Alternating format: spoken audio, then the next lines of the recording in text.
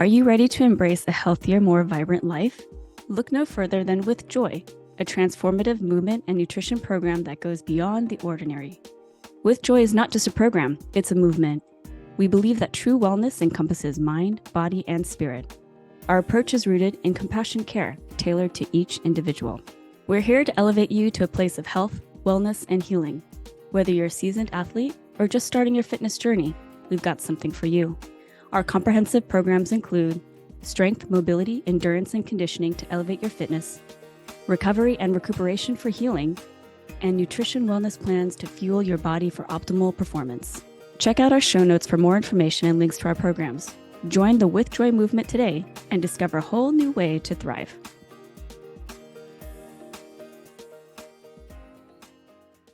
Hi, beautiful listeners. Joy here. Before we get started, I wanted to give you a content warning. Today's episode contains cursing, depictions of emotional, psychological, and physical abuse. Roughly between minutes 6 and 11, as well as 33 and 36, there will be a mention of a physical injury, which I know can be distressing. Listener discretion advised, and please take good care of yourself. If you need mental health resources and support, please call 988 in the United States or connect with the mental health provider in your area. Thanks so much. Now, without further ado, hi, I'm Joy Han Silva. And I'm Laura Han Segundo Collins. And welcome to Hahnacity.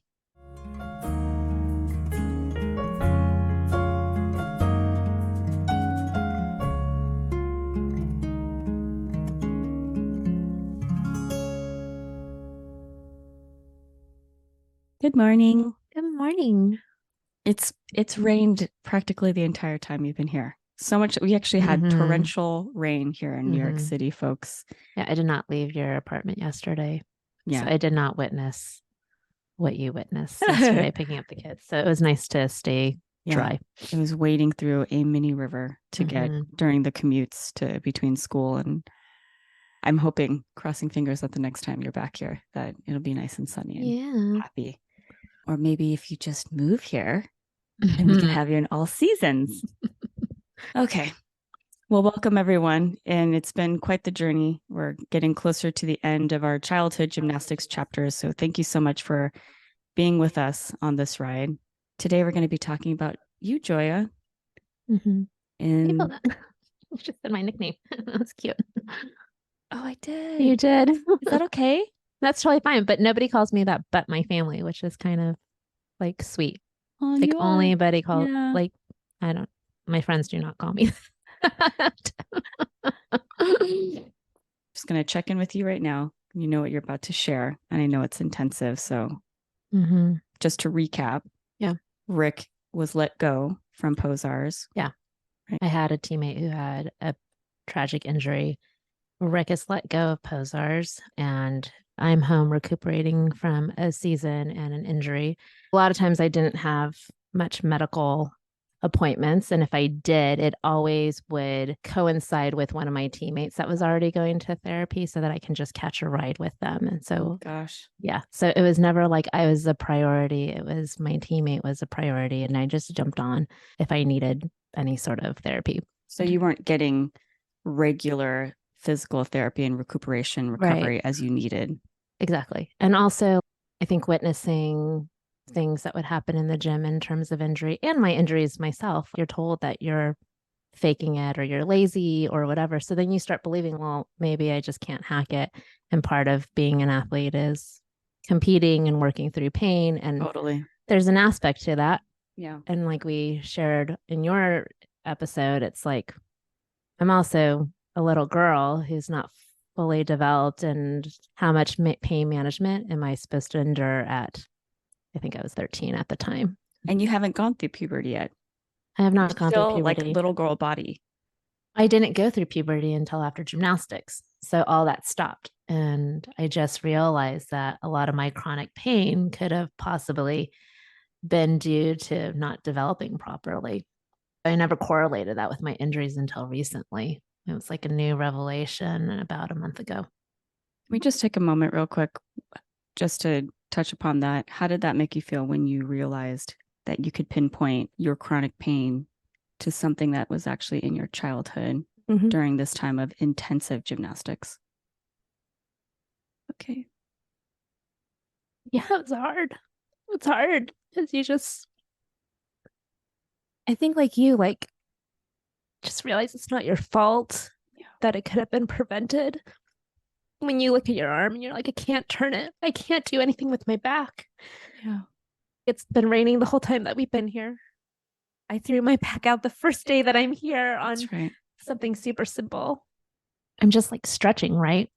And you're thinking it might be good to move my body because I've been on a plane for this many hours. I'm just going to go and do something really simple.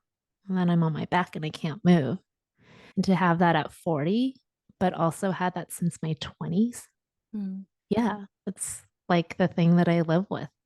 It's not normal, It's like not normal. Yeah. And that's a good point because people will say, oh, I'm old. I'm old. Oh, after 40, we're old and get pains. Yes, that is true. 100%. Yeah. But I think you and I and any old athlete here that's listening in who was in this intensive, and you don't have to even be an intensive, but anybody who knows that you put your body through a lot as a child, our bodies are like 80-year-olds right now, 90-year-olds. I'm sure that there are 80 and 90-year-olds who have better bodies than us. And we are living constantly with managing pain. So we're talking about then, even in Pozsar's, you're starting to experience pain. You're starting to experience working through injury, performing through injury. Yeah. Not listening to your body. You're being told not just not listen to your body, but if your body has pain, you're literally supposed to ignore criticize yourself about it in some way, shape, or form. Yeah. So my back injury started at Pozsar's because I had sprained an ankle and I didn't take time off. What I was doing to compensate that ankle was that I was landing on one side a little bit heavier. And so like, this is what your body naturally does. It tries to avoid pain. I'm landing more on one foot than I am on the other. What eventually happens is that it throws my hip out of alignment and it affects the alignment in my back. I then go on beam and I did this series on beam and I miss my foot completely. I was so far off in the middle of the air and I don't know in my head what the disconnect was because normally what you do is you balk, which means like you stop in the middle or you don't throw the flip in the air. And I think because I'm just trained that balking is bad or you're lazy or you're not trying hard enough that I would just chuck no matter what. And so it was this, if I'm off in the air, it is better to get hurt than not go for the skill because the ramification of being called lazy or stupid was far scarier than checking the skill. But in your head, you're just told, just do it. Right. And so I was doing this pass on beam and I knew I was really far off on this layout. My front toe hits the beam on my layout step out. And because my back foot was so far off, it didn't hit the beam. So it scooped under me and the beam was right next to a tumbling strip. And I fell and I hit the hip that I've been landing on. And I hit the beam really loud. And then I smacked my whole back and head on the side of the tumble strip. Oh my God. And whoever was on that tumble strip, it scared her. It scared her so bad that she was the one that came up to me and said, "Are you okay?" Wow. I jumped back up immediately and I was like, I'm fine. I'm fine. So I've already disassociated pain. I've already disassociated feeling injured because that meant I'm helpless. And I just continued on. And I must have done is hit my back in the right exact place where my nerve, like something in my nerve. And the next morning, I'm doing a bunch of vaults and I believe I was doing a Yurchenko layout or a Suk layout because I just remember pushing off the vault and being in a layout. I'm landing on these 4-inch, and gymnasts of the 80s and 90s know that's like a 4-inch mat. There's not much padding, right? The equipment's very different. And I'm constantly landing on this hard mat. And I'm doing these amazing vaults. I had like an amazing vault day. Go to school, and all of a sudden my back is spasming out. Oh, no. And it's so painful that I'm getting these shooting pains down my leg and I can't move. And I'm in the middle of the competitive season and I have to compete on this back where I'm constantly heating, I'm constantly putting things on it, and I'm still working out on it. Oh my God. I'm not saying it hurts. It's obvious it's hurting because it's affecting the way that I'm moving. I'm walking very slowly. I can't bend down naturally. I have to bend my knees all the way down to the ground to pick things up. Or I'm using my toe to pick things up, like your body compromises. And I do this competition. I think I do okay, but then I get on floor. And I have this last tumbling pass, a wet back handspring, double full. And that last pass, I'm long winded. I do a wet back and my arm collapses. I think it's probably because my back is just tensed up. My arms are pretty bent and I'm trying to generate enough power into my second back handspring to be able to complete these 2 revolutions before I land. Right. And I didn't get it all the way. I'm like 1 3/4 of a double full. And I land on my stomach. My feet go over my head. So it's like hyperextended. Oh gosh. And again, I get up and I finish my routine and walk off. I know I'm in trouble. I don't get talked to. And I really flubbed a routine that could have been really good. After that, I never took care of my back. It's still hurting. I'm competing for the rest of the season. So my back is just like the thing that is never healing. It's the thing that I'm dealing with. I have tendonitis in my elbows. And so my parents are like, since the season is over, let's have her come home. And this is when Rick is let go of. Wow, Joy. Thank you for sharing the origins of your current chronic pain. And how does it go from that and what happens then in Oklahoma? Rick goes to Oklahoma and he asked a couple of us to go with him. There was a part of me that was like, I want to be the best, but do I want to live that far away from my family? Do I want to be in that much pain? Do I want to put myself in a position that I know is going to be horrific? Oh my gosh. For the cost of what? I want to be the best. I still want to go to the Olympics. But do I want to do all these things because now I have perspective of what it means? Right. But you're like in a buy-in, right? It's part of the Kool-Aid that we talked about. Like, I've come this far. How do I say, no, I give up, right? And I just finished a season where I'm at the height of my career and I feel if I can keep up with the best, and I'm being told at that time, right? Like Rick only asked a couple of us to go with him. So then you feel super special. Yeah. Now you feel like he must believe in me if he's asking me to go because he didn't ask everyone. And there's only 3 of us that he asked. We must be pretty fucking special. Yeah. And so it's a mind fuck. Yeah. And you're like, he sees something in me or he sees a potential in me. And so you just keep going. And he's at the gym. And I'll preface this is like the top gym in the United States now is Dynamo Gymnastics. They have the top athlete in the country. What year is this at this point, by the way? 1994. Got it. It's kind of like a no-brainer. I want to go to the Olympics.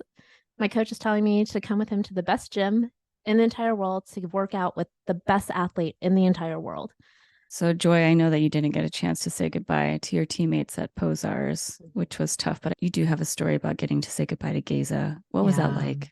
Yeah. After I had agreed to go to Oklahoma, there was a period of time that Rick was packing up his life to move over there. So I got to actually stay with my parents a little bit longer during that interim. Rick was coming to Palm Springs to coach, I believe it was 94 US Classics. Because I was nearby, my parents decided, let's go and see him. We'll take him out to dinner. So we drive up to Palm Springs and Geza's there. And my parents were really good on being gracious humans. And they were like, it's really important for you to go to Geza and say goodbye and thank you. And Geza was always really kind to me. He was a kind human. He was really kind to me. He was a really sweet man. He actually would take me to school every morning after morning practice. If we got kicked out of workout, sitting in the waiting room to be picked up, if Geza came in and saw us sitting down, he would be like, okay, let's go dance. And then we would have a dance private with him. I think he tried his best to be as nurturing as possible in a space that was probably really difficult to do that and didn't know how to step in when he should have. I think he tried his best in small ways. for me as an adult, the irony of it is it's your gym. Your name's on that front of that building. But to feel powerless to be able to help me felt really like as an adult, I'm at a little bit of a toy with like, Yeah. how, anyways, but that's like So many questions as we're in our 40s looking backwards and questioning about the adults in our lives at that time. Also knowing that it was a certain time. Yeah. And I think he did what he thought he could do. But he was always kind to me. So saying goodbye to Geza did not feel scary. So we went up to Geza, I said goodbye, and he gave me a big hug and he wished me luck. And so I felt like I had closure with him. And then we had dinner with Rick, and he was in a foul ass mood. We didn't really know why. He ends up telling my parents that there was this woman who had contacted him, asking him a bunch of questions because she was researching for a book that she was writing for and trying to make him look bad. In my head, I'm like, you're a tough coach. And I think probably some of your methods are questionable. I'm already knowing that at 14. Right. So anyways, he's pissed. And so much later, we find out it's this author who writes this book that I have recently read, written in 1994, published in 1995. So I'm still an athlete. For the record, she's absolutely kick-ass. She's so kick-ass. Kick-ass human. Joan Ryan, you're so kick-ass. Ahead of your time. And thank you so much for all that you've done for sports as a female kick-ass writer out there. You're just awesome. Yeah. So that happened. So let's shift a little bit and move forward. You've picked up your stuff. You've gone to Oklahoma. Walk us through the first bits of being in Oklahoma. So a lot of my memories of Oklahoma is a little foggy. And I think what I quickly realized with the gym is that the parents' viewing room is above the gym. The parents are in an upper floor and they can look down at the workout, but they can't hear anything.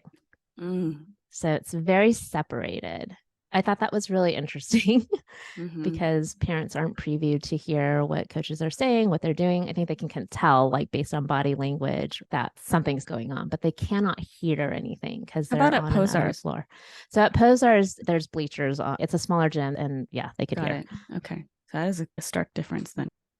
Going to Dynamo, everything is sealed and quiet, and there's no parents that can hear anything.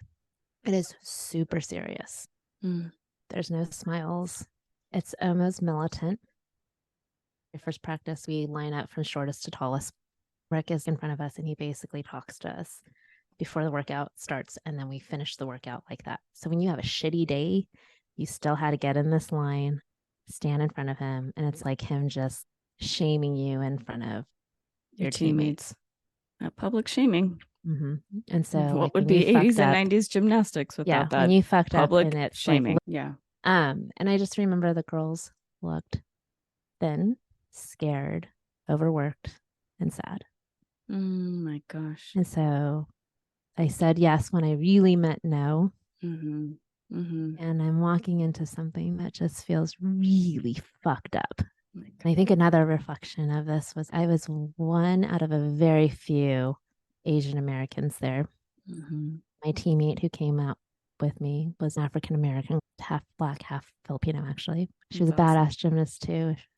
I've not connected with her, but she was a badass gymnast. She's fantastic. Amazing. So if you're listening, know that I think you're phenomenal. And it's like the two of us from California and everybody's turning. And it's like, what the hell is in the waters with California? Because everybody else is mainly white. I think we stuck out like a sore thumb. So that was like my first thoughts of Dynamo. And my parents, they flew out with me and dropped me off. And that goodbye was so much harder. Goodbyes were always hard with my parents, no matter what. So I just remember they said goodbye to me right before school. I'm in English class.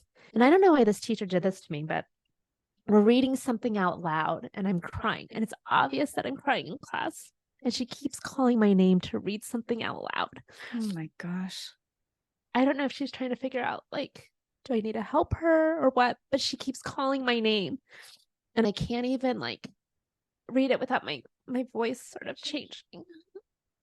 Nobody else in the class knows me. I don't have a friend. I'm in this strange place and I can't keep it together in English class. At lunch, who do I sit with, right? Yeah. So I'm like, okay, I'll just eat in the bathroom at a stall. And then your friend Mariana, she meets me in the cafeteria and she's like, why don't you come and sit with me? And she's up with me at lunch. And she doesn't even know me. She's your friend. But she's just so fucking kind to me. I don't even know what we talked about, but she was just so sweet. And her mom, I remember when she first met me, she was like, I love your cousins. Did Natalie tell you we were best friends? Yeah. They were just so sweet. And it was sort of my only solace there because it was like, I think they were genuinely kind to me where nobody else really gave a fuck about me. So I lived with a family. They also knew you from Crowley's, who also were really kind. So I felt like that also helped too. So there's all these connections with these people as I'm moving forward with gymnastics, that there's this connection with you and Natalie. And living with them was great. The girl I lived with was always really nice. Her mom was really kind to me. But shortly, they decided to move back home to Texas. And so then I'm being shipped around from home to home. And I ended up living with a family, and this girl was one of my teammates in my group.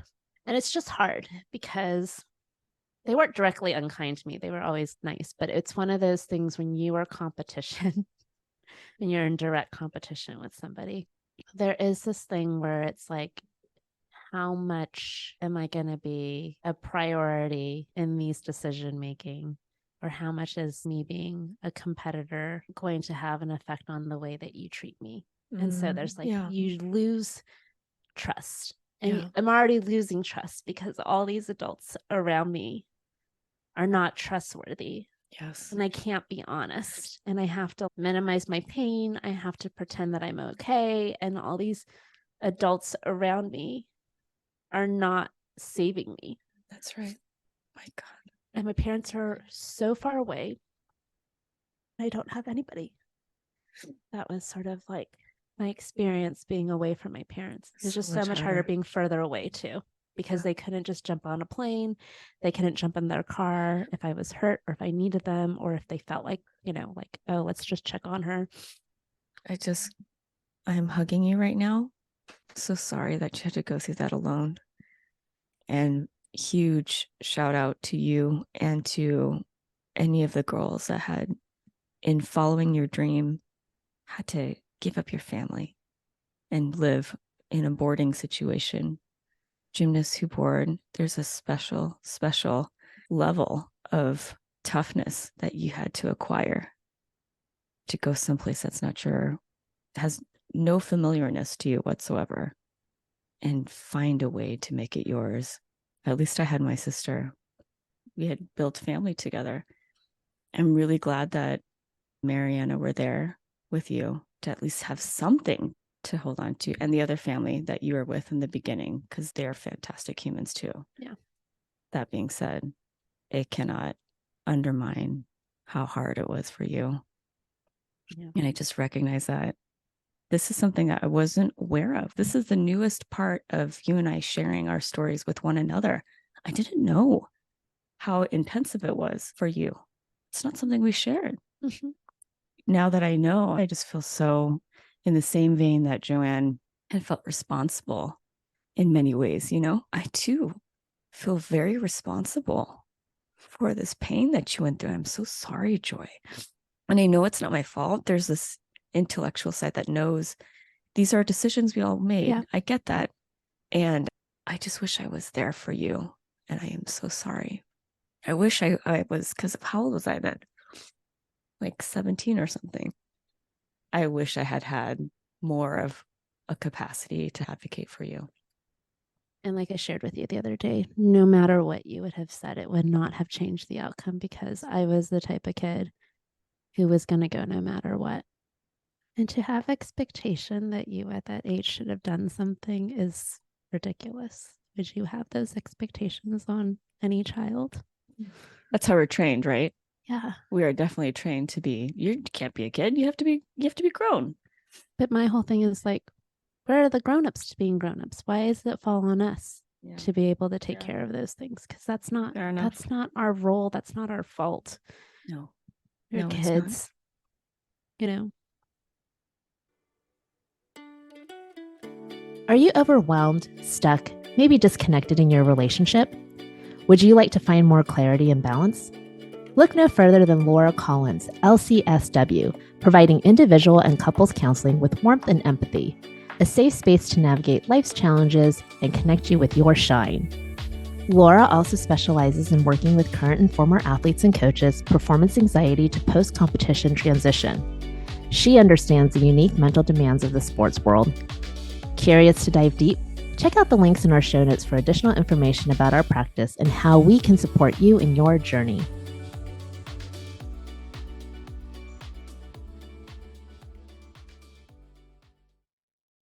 So can we go to the progression at Dynamos thereafter?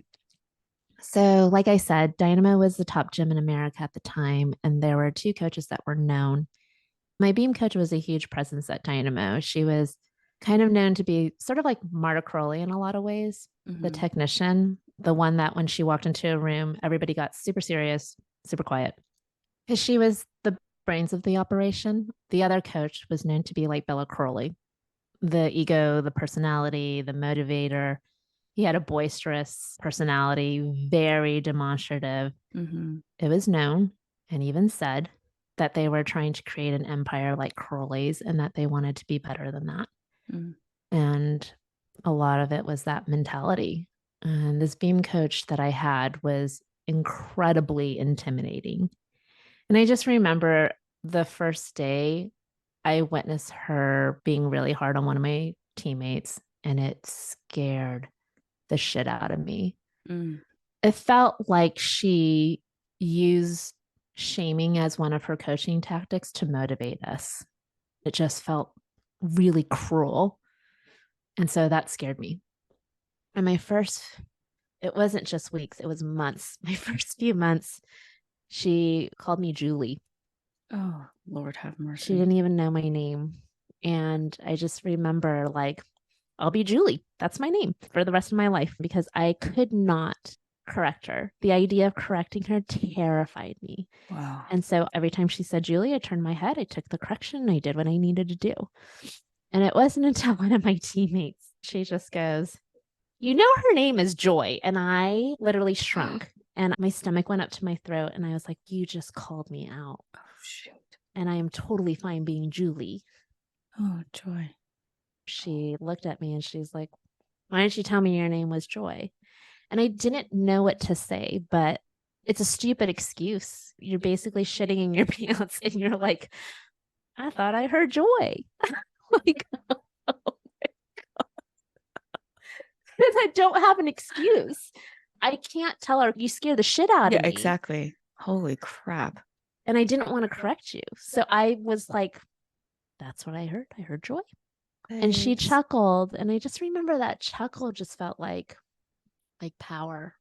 And she smiled and laughed. And I didn't get in trouble. I thought I was going to get in trouble. Yeah. Yeah. But looking back on it now, I mean, like when I was a kid, I was like, phew, that was a close one. But now I have perspective and I'm like, bitch had control over me. Bitch knew. So many bitches back then. All having control over a bunch of little girls. Holy I'm pretty sure there was like, well said. You know, like there was a little bit of, I don't know, joy in it. Yeah. I have like disgust chills right now. Wow. But yeah. So true, Joy. Right? Holy crap, so true. And so that is my fondest memory. I do love that your teammate was like, you do know her name is Joy. I mean, that's pretty kick-ass of that teammate, by the way. I know it's outing. I 100% agree. And that's like, holy crap. But I love that somebody noticed you. Well, and I will say this. The teammate that said that was this wonderful gymnast, but she was white. And we talk about agency. And with perspective of being this Asian American kid, one out of a few, I am not taught to correct an adult. Yeah. In terms of hierarchy and the way that we grew up, adults are never wrong. They are to be respected. Yep. Correcting them would be talking back. That's right. And so silencing my voice was training. And it wasn't just being a gymnast, because that was part of it, but it's a recipe that we keep alluding to, the fact that we were good Asian American kids. Yeah. And that was what my parents raised me to be. Someone that was respectful, someone that was humble. So if an adult is saying one thing, they are always right. You do not question their authority. Yeah. If this woman thinks my name is Julie, my name must be fucking Julie. Where my teammate, who's wonderful and not disrespectful, she's literally just stating facts, right? She has agency in her voice, and she is never told the same lessons that I'm told as an Asian American kid. She has no problem correcting somebody when her name is wrong. It seems so simple for her, but it was so much more complex for me to be able to correct her. Yeah. Yeah. We hear today about the words like white allies or allies in general. And this is part of that community that in order for us to make change, we do have to do it together. Yeah. That speaks to the importance of the work being together. It's not, right. It doesn't just fall on us or other people of color or kids or women to have to do the fight themselves and speak up and do these things. It doesn't come naturally. This is what Hahnacity is all about. We can't do it by ourselves. We must get together, lift each other up, support each other's voices, give space to one another, and spotlight in a similar fashion. To have a community that says, it's okay. Your name is awesome, Joy. Yeah. And we support your name together. Yeah. In doing so, we learn ourselves individually to also own our names and to hold on to that, because that imposter syndrome, that fear, all that other stuff is going to come up. And we have a community that says, hold on to it, honey. You deserve it. It's yours. And we love you for it. That's a side note. But anyway, I love you for your name. Yeah. I love you for you.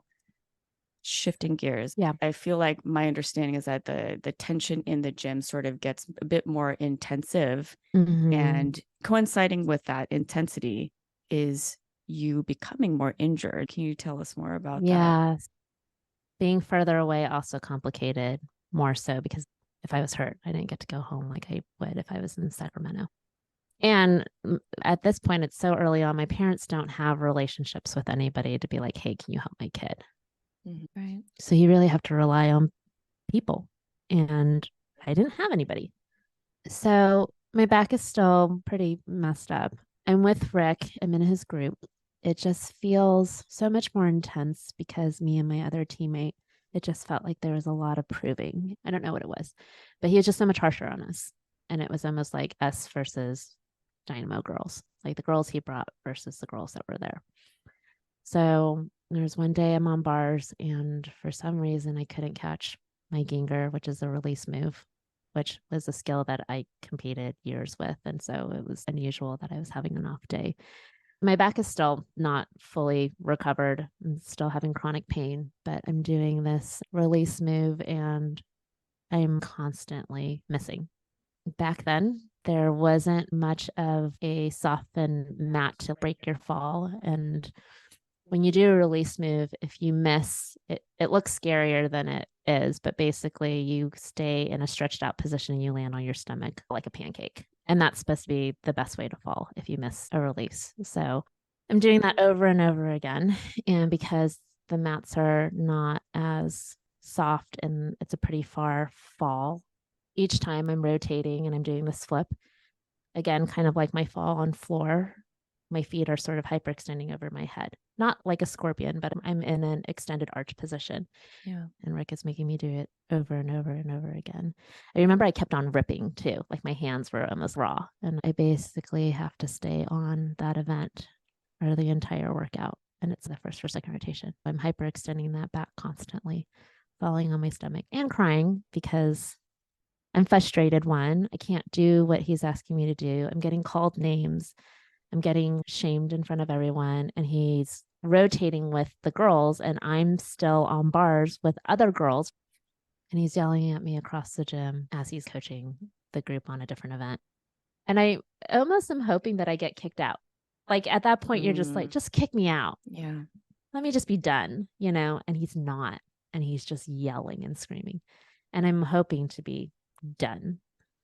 And so we're closing out. And I don't know why he releases me to get off bars because I did not catch my release, did not do the thing that he told me to. And it was probably because lights were going off and the other coaches wanted to go home. And we're always the last group to leave. It's a theme. First one to get in, last one to leave. And I remember standing there having to do the lineup, and he's just calling me a major screw up. Oh my God. So Horrible. Go home. I don't think I iced my back. I think I just like did my homework, which was common. Do your homework, go to sleep. The next day, my back is spazzing and I can't even walk. I'm like crawling. I'm going to school and it's just, again, stiffening up. I'm barely moving. I'm walking incredibly slow. I get to the gym and our first rotation is dance. So it's the easiest rotation. I can't even bend forward to do a port de bras. And I'm just like, I can't move. I can't even plie. Gosh, Joy. I can't even do the easiest thing, which is move my arms and bend my knees. So how the fuck am I supposed to flip and tumble and run and do all these things? And I basically have this dialogue in my head. What do I tell Rick? Because I'm going to have to say, I can't move. I think the ballet teacher tells me, just go inside or whatever, because I can't do anything. I went up to Rick and I said, I'm really sore and I can't do dance. He kind of rolls his eyes and dismisses me and tells me to condition. So again, dance was our first rotation. I did probably a total of 2 minutes of it. Workouts are about 4 hours, 4.5 hours. And I conditioned for that whole fucking day. So I just remember being like, holy shit, I could barely do anything. At the end of the workout, it calls me over and we're doing that lineup. And he basically tells me, you need to get your shit together tomorrow because that's your last easy day. And I'm freaking out because I can't move. And I'm like, what am I going to do tomorrow? Like, how? Yeah. Like, I'm going to, and I think there's a part like thinking my teammate's last injury that ended her career. And it's my back. And when my teammate got hurt, he told her to get back on that bar. Oh my God. So I think in my mind, I'm like, what the fuck? Am I going to like really injure myself? Am I going to be able to walk out of this? And so I called my parents up and I lost my shit. I just started crying because I was like, I'm so much pain. I can't move.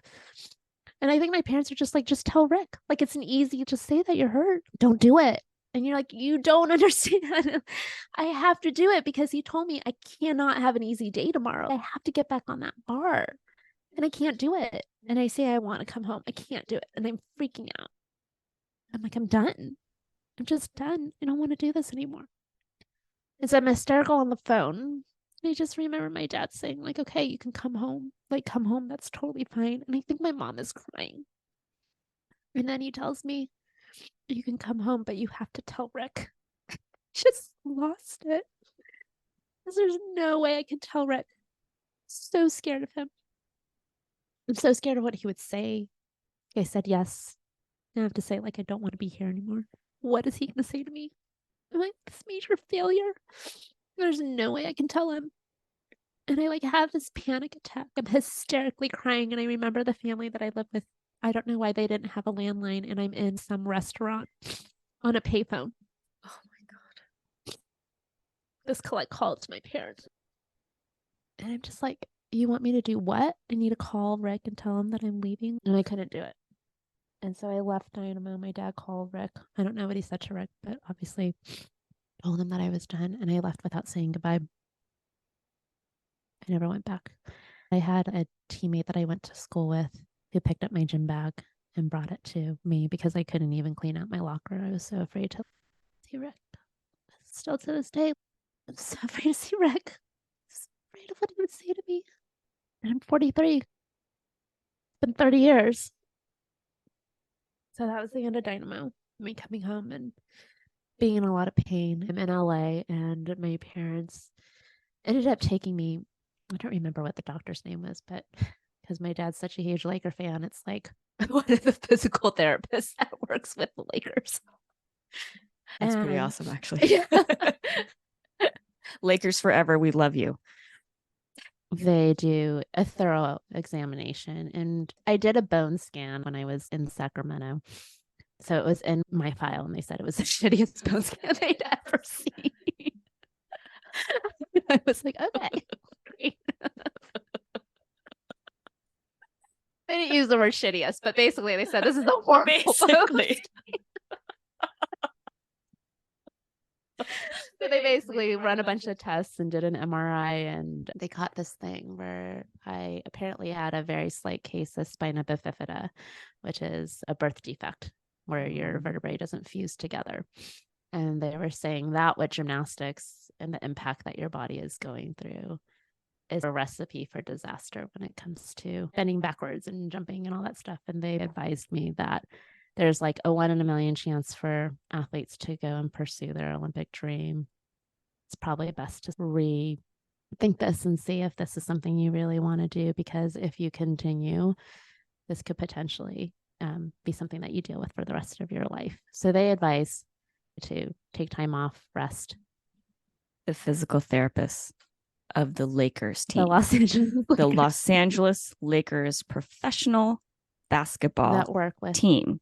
And at this time, they're Are professional telling you athletes. a prepubescent child Yep. and her parents.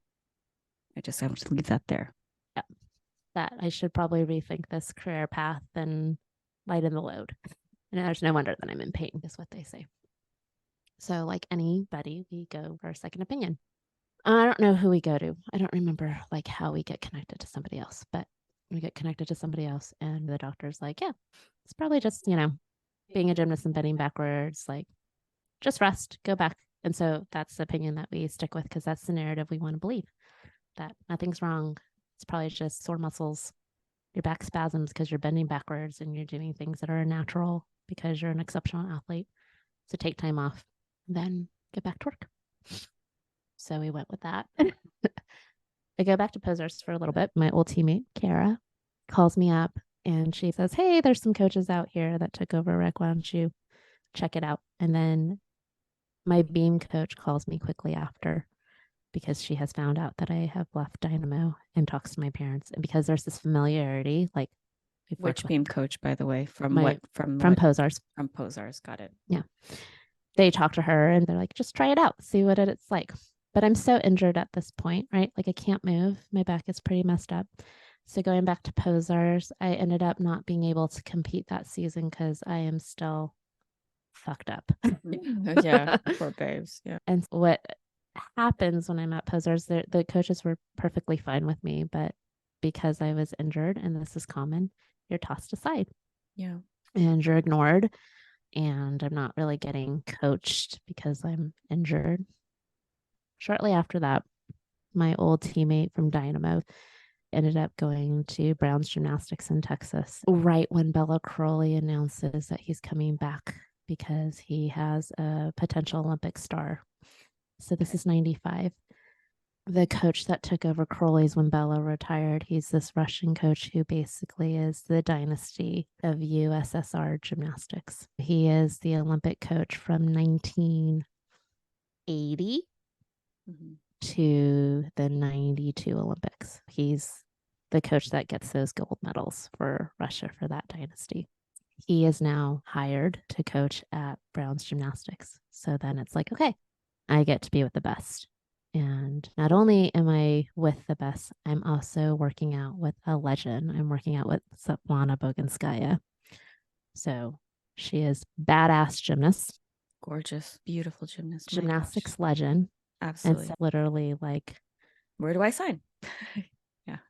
That's another Kool-Aid, right? Yeah. I get to be trained by Russian coach that built a dynasty for decades and one of the greatest gymnasts of all time. Super goat. Of all times. And Seriously. so it's like, all right, sign me up. Not only is this coach there, but your coach, who's your beam coach at Crowley's, is the beam coach for Brown's Gymnastics. And so again, my parents, who don't do much research, And it's like, well, it worked for Laura. So why don't we just do this for you? I get there and basically this beam coach is floored because I'm your cousin and she loved you. And that's why I went to Browns. I'm still injured at this point. I'm not at my top. Russian coach, very communist mentality. I only coach who I want to coach. So because I'm injured and I can't do much, toss aside still. But I'm doing beam and your beam coach comes up to me and she's like, I don't know what you're like on all the other events, but you could potentially be a national beam champion based on what I see. So that's just huge coming from huge. her because she know her shit. Well, also at this point, no one's telling me that I can be a fucking champion. So like, it's like shit. My name was Julie at the last gym. This girl's telling me I'm a champion.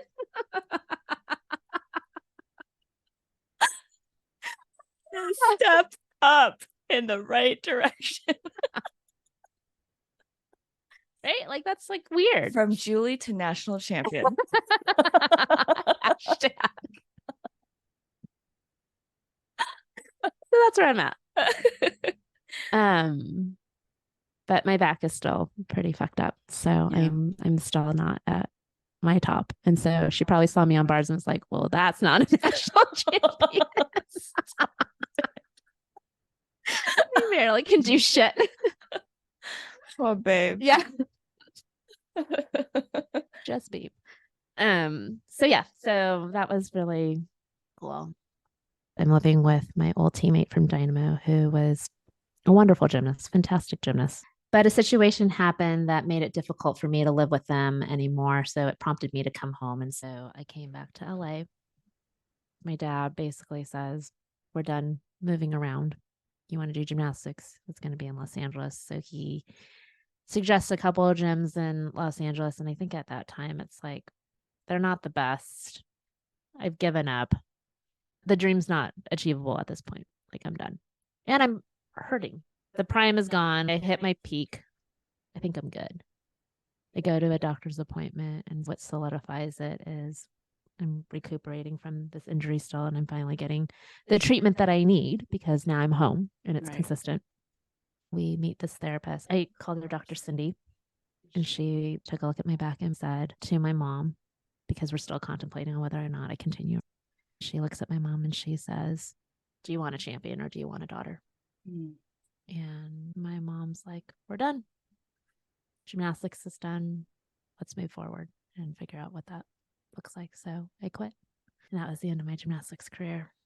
How did you feel in the moment when Cindy said that and your mom said, we're done? I think one, there's relief. I think that's the first thing that you feel because you're just like in so much pain.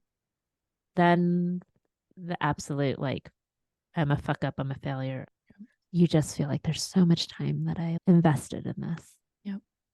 And like you say, your identity is so wrapped up on it. Like when I'm introduced still to this day with some of my friends who knew I was a gymnast, not everybody knows that I was a gymnast. Still to this day, my friends who were part of my childhood, and even people who weren't in my childhood will be like, oh, you know, Joy, the gymnast. It's still tagged onto my name. Yeah. So it almost feels this unfulfilled prophecy in a little way where you're like, I had done everything I can. I sacrificed my life. I put years of time into something. I've sacrificed not only my life, but my childhood, my body, my well-being, my time with my family, growing up, having a normal childhood, gave up my friends. And then you come out with nothing. Yeah. There's nothing to show. Well, that hits really hard. And you're like gone from 12 to almost 16 now. You come home and you're just like, well, what the fuck was all of that for? Yep. I think the initial feelings of being like, I'm worthless came in. And then anger comes in. Like you have hope that you'll be able to get back into it. But then it's like time elapses and you're like, oh, it's not going to happen. And I'm really a fuck up. Yeah. And then it's the reality of like, who am I without this sport? And you don't feel like you're anything because the thing that you excelled in, the thing that set you apart from everybody, the thing you're extraordinary in, you basically fucked it up. And now you're nobody. And now you're just average. You're no different from anyone else. Absolutely. Looking back with a lens, because whether you're 16 or you're 12 or whenever this happens and you've been part of this world for so long, it doesn't have to be gymnastics, it can be a lot of different things that you put a lot of time, investment, heart, passion, your family, your friends, your neighbors, your everybody is investing into you. It's insane that a 16-year-old or a 12-year-old, whatever age, is thinking to herself, I fucked up. Mm-hmm. Yeah. Because we can now look back with 2020 vision. Yeah. Overtraining, fear-based coaching, straight up emotional, mental, and again, physical abuse. I cannot stress that enough, because even though a hand was not raised and actually struck us, a person to tell you to condition when you're hurt, to perform when you're hurt, to not Ignore listen your to you pain. or respond to your Mhm. needs, your physical needs as an athlete, as a person, that is physical abuse to me. That's my opinion, at least. It's not your fault. You didn't fuck up. If any of you are listening and are having this kind of experience when you were a kid, you didn't fuck up. You were overtrained. Your body used up, and then we were tossed out. That's what 1980s, 1990s gymnastics was most often like. Yeah. I don't care what is said out there. We are the receiving end of all these things. We are the ones who put our time and money into gymnastics, period. The gyms, the entire organization, the Olympics, everything that is involved in this sport, we put time and money into. The tickets sold and our families coming. It was an entire investment, and there was no protection for any of us. No true consideration for any of us. So no, Joy, you didn't fuck up at all. In fact, the fact that you actually were training with something that you were born with, like, holy Moses, how strong, in my mind, literally how physically strong and such a tough cookie you were and are in sharing your story here too. You know, all of us having gone through these things and now we're getting to sit here and talk about it. To me, that is a far bigger win. To be at peace where we're at, to hold each other and support each other is this incredible win to me. I hope it is for you. I hope it is for anybody who would be listening in as well, who understands and can empathize. Yeah. In any place that you are in life, whether it's gymnastics or anything else. Yeah.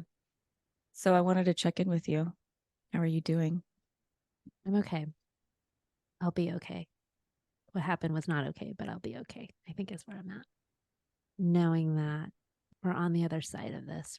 Never in my wildest dreams did I think somehow gymnastics would sort of come full circle for us, where we're having this opportunity to share our stories and make something different of our careers, reclaiming our story and changing the narrative where it's something that we can take and say, badass. Yeah. And this is something that I think I've never said. I'm just fucking proud now. Like, I can say I look at my career and be like, I'm fucking proud of myself. Oh, yeah. Yeah. Thank you so much for sharing your story with us, with me. I'm so proud of you. You were a fucking awesome gymnast. And I'm so proud to be your cousin. I love you. I love you more. Love you most. Hi.